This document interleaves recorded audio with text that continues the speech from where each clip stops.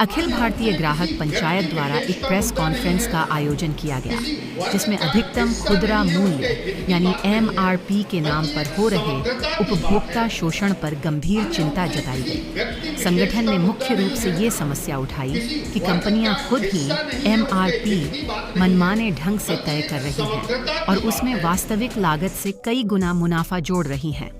उदाहरण के तौर पर एक सुई जिसकी लागत मात्र 3 रुपये है, वह 30 रुपये में बिक रही है। पेसमेकर और हृदय वाल्व जैसे जीवन रक्षक मेडिकल उपकरणों में तो लागत और MRP का अंतर लाखों रुपये का है। इसी तरह ब्रांडेड सामान मॉल में बहुत महंगे मिलते हैं, जबकि वही सामान ऑनलाइन आधे दाम पर उपलब्ध होता है, जिससे उपभोक्ता या तो ज्यादा पैसे देता है या नकली सामान का शिकार होता है। अखिल भारतीय ग्राहक पंचायत ने सरकार से मांग की है कि MRP को पारदर्शी और उपभोक्ता हितैषी बनाने के लिए सख्त कानून बने, एक स्वतंत्र प्राधिकरण का गठन हो और उल्लंघन करने वालों पर कड़ी कार्रवाई की जाए। आज हम लोग यहाँ पर MRP के विषय को लेकर के प्रेस कर रहे हैं। MRP मैक्सिमम रिटेल प्राइस जो सभी वस्तुओं पर छपा होता है, वो जो कंपनियां बना रही है वो मनमाने तरीके से उसको डाल रही है, उस पर कोई अंकुश नहीं है। सामान कितने का है, मैक्सिमम रिटेल प्राइस क्या लिख रहे हैं, बीच का अंतर कितना है, ये पता नहीं होता है, जिसमें कई सामान 100 गुना 500 गुना तक बढ़ा के रेट उस पर लिखे जाते हैं। तो वो हम लोग मीडिया के माध्यम से, जनता के माध्यम से सरकार पे इस दबाव बनाने की कोशिश कर रहे हैं कि इन कंपनियों पे अंकुश लगाए और कोई ऐसी बॉडी बनाए जो इन सबको नियंत्रण में करे, नियंत्रण रखे इन पर, और जो MRP छापते हैं, जो उसका लागत मूल्य है, बीच में कितना डिफरेंस है, उसकी कोई सीमा तय हो जिससे ग्राहकों को लूटा न जा सके। अधिकतर सर्जिकल आइटम्स पे, मेडिकल आइटम्स पे 500 गुना तक के दाम बढ़ा के लिखे होते हैं। उस समय होता क्या है कि ग्राहक सबसे मजबूर होता है। जब उसको दवा की इलाज की जरूरत होती है तो उस समय सबसे मजबूर होता है, परेशानी में होता है, और वहीं पे सबसे बड़ा घोटाला होता है उसके साथ। उस समय उसको सोचने का समय नहीं होता है कि ये हम इस पे कोई बार्गेनिंग करें, सामान कितने का है, क्योंकि मरीज अस्पताल में भर्ती है, पेसमेकर लगना है, पेसमेकर की कीमत 25,000 है, अब 1.5 लाख वसूल रहे हैं, लेकिन उसके पास इतना समय नहीं होता कि इस पर वो कोई बहस करे या इस पर कोई उससे बार्गेनिंग करे। तो जो मांगता है उसको देना पड़ता है। तो हमारा ये अभियान काफी दिनों से हम लोग, हमारा अखिल भारतीय ग्राहक पंचायत इसके खिलाफ जो है अभियान चला रहा है। सर, आज प्रेस क्लब में अखिल भारतीय ग्राहक पंचायत का ये कार्यक्रम आयोजित हुआ है। क्या कुछ मुद्दे हैं आज के इस कार्यक्रम को? जी, आज इस प्रेस क्लब में हम लोग एक बहुत ही ज्वलंत मुद्दे पे आए हैं, खास करके MRP। सभी वस्तुओं पे, जो भी पैक्ड वस्तुएं हैं उन पे MRP लिखा रहता है। MRP तो लिखा रहता है, लेकिन उस पे कितनी लागत आई है, उस पे कितना लाभ लिया गया है, इसका कोई उसमें कहीं से भी ये नहीं पता चलता कि उसका जो मूल प्राइस है वो कितना है उत्पाद का। तो मनमाने ढंग से आज MRP लिखा जा रहा है। सन 90 से ये बात आई कि MRP लिखा जाना चाहिए, लेकिन उस समय कई तरह के टैक्स थे तो लोगों को भ्रमित कर देते थे। उस टैक्स को और जो प्रोडक्शन कास्ट था, दोनों को मिला के एक MRP बनाया और इसको धीरे धीरे इतना विस्तार किया कि उत्पादक ये भूल गया कि हमें कितना MRP रखना चाहिए। और जब से विश्व बाजार में हमने कदम रखा है, तब से MRP का विषय बहुत ही ज्यादा दिखने लगा है। 3 रुपए का सामान 30 रुपए में भी बिक रहा है और 50 रुपए में भी बिक रहा है। एक कैल्शियम का जो पत्ता आता है वो होलसेल प्राइस उसकी 6 रुपए होती है, MRP उसकी 60 रुपए होती है। और इसमें ठगा कौन जाता है? ग्राहक ठगा जाता है। हमारा संगठन अखिल भारतीय ग्राहक पंचायत है, जो सन 1974 से इसी विषय पे काम कर रही है कि हम ग्राहकों को जागृत करें और उनको ये बताएं कि हमें क्या खरीदना है, क्या नहीं खरीदना है।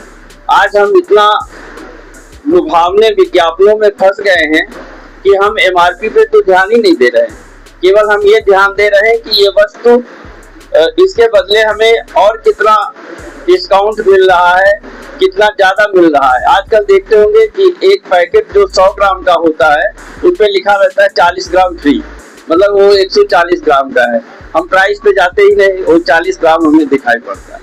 तो ये सब भ्रमित करने वाले विज्ञापनों के जाल में ग्राहक फंस गया है।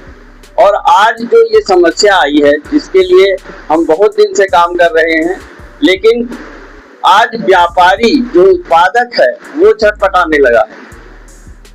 खास करके दवा के जो उत्पादक हैं, जो उसके दवा के कई इंस्ट्रूमेंट बनाते हैं, सिरिंज बनाते हैं, पेसमेकर बनाते हैं, उनकी ये समस्या आ रही है कि हम कितना प्राइस रखें।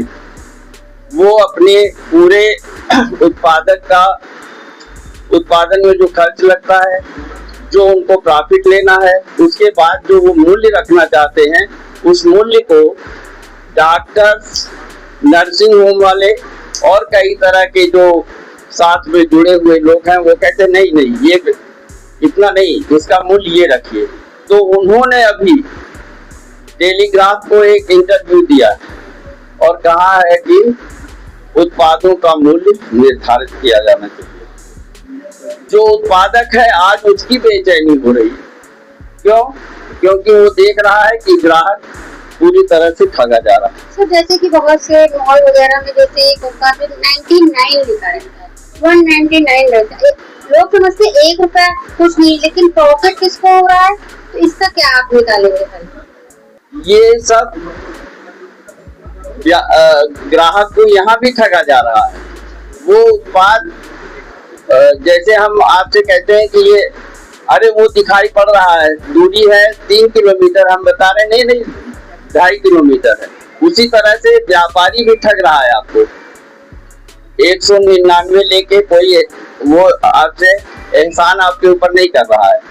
उसकी कीमत बहुत 99 रुपए भी नहीं है और वो 199 रुपए ले रहा है। सर कई बार ये देखा गया है, ये मनोवैज्ञानिक रूप से आपके ऊपर प्रभाव डाल रहा है कि मैं 200 नहीं ले रहा।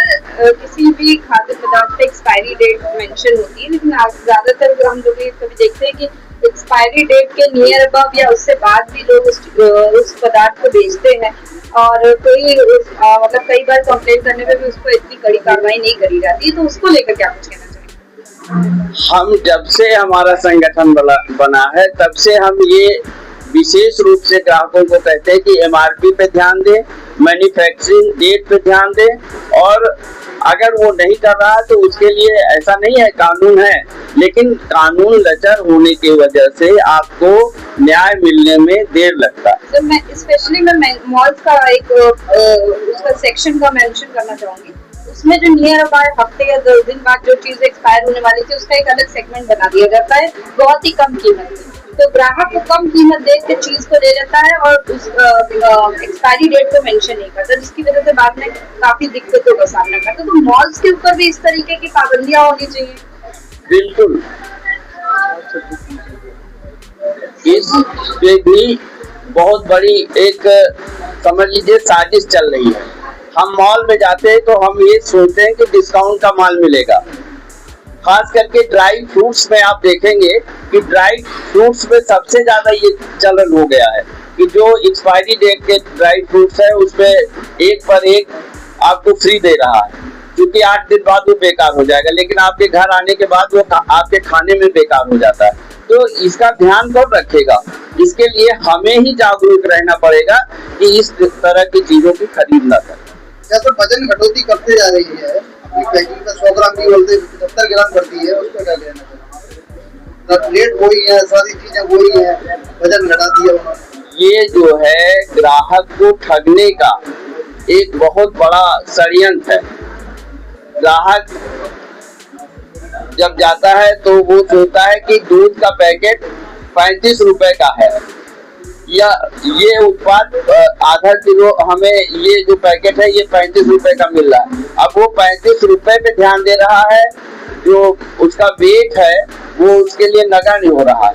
सभी चीजों में देखिए जितने भी सर आपकी संख्या इतनी पुरानी है और फिर भी अभी तक ये चीजें कम नहीं हो रही, तो इसका क्या कारण है? इसके लिए हम बराबर सरकार से प्रयास कर रहे हैं, और जो कंज्यूमर प्रोटेक्शन एक्ट बना वो हमारी संस्था का ही देन है। पूरा संविधान कंज्यूमर प्रोटेक्शन एक्ट का अखिल भारतीय ग्राहक पंचायत नहीं बनाया, और राजीव गांधी की सरकार थी उस समय, लेकिन उस समय के जो हमारे MP सपोर्ट में थे उन्होंने काफी दबाव डाला संसद में, तो ये उस समय कानून पास हुआ था। और इसीलिए 24 दिसंबर को 1986 को ये कानून पास हुआ, और 24 दिसंबर को उपभोक्ता दिवस के रूप में हम लोग मनाते हैं। इसके बाद हॉलमार्क पे हम लोगों ने 30-40 वर्षों से काम करते रहे कि सोने चांदी के जेवरों में हॉलमार्क लगना चाहिए, तो अब 6 डिजिट का हॉलमार्क भी लगने लगा है।